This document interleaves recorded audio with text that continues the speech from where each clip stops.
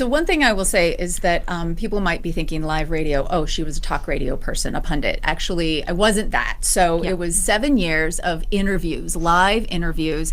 My training is in public radio, so I was doing reporting for national public radio programs and local public radio stations.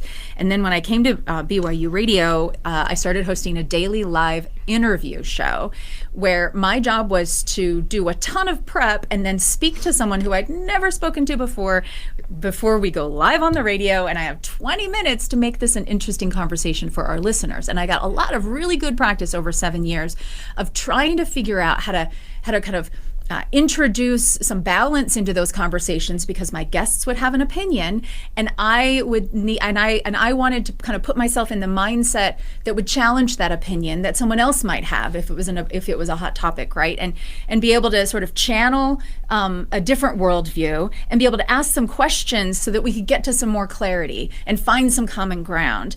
And I think that and so I was never about sharing my own views. And one of the things that I learned pretty early on was that it was not going to be effective if my goal was to get to understanding and stay in civil, Yeah. a heated civil conversation. I was going to have to create a certain amount of trust with the guest. They needed to be able to trust that I had their interests and the listener's interests in mind.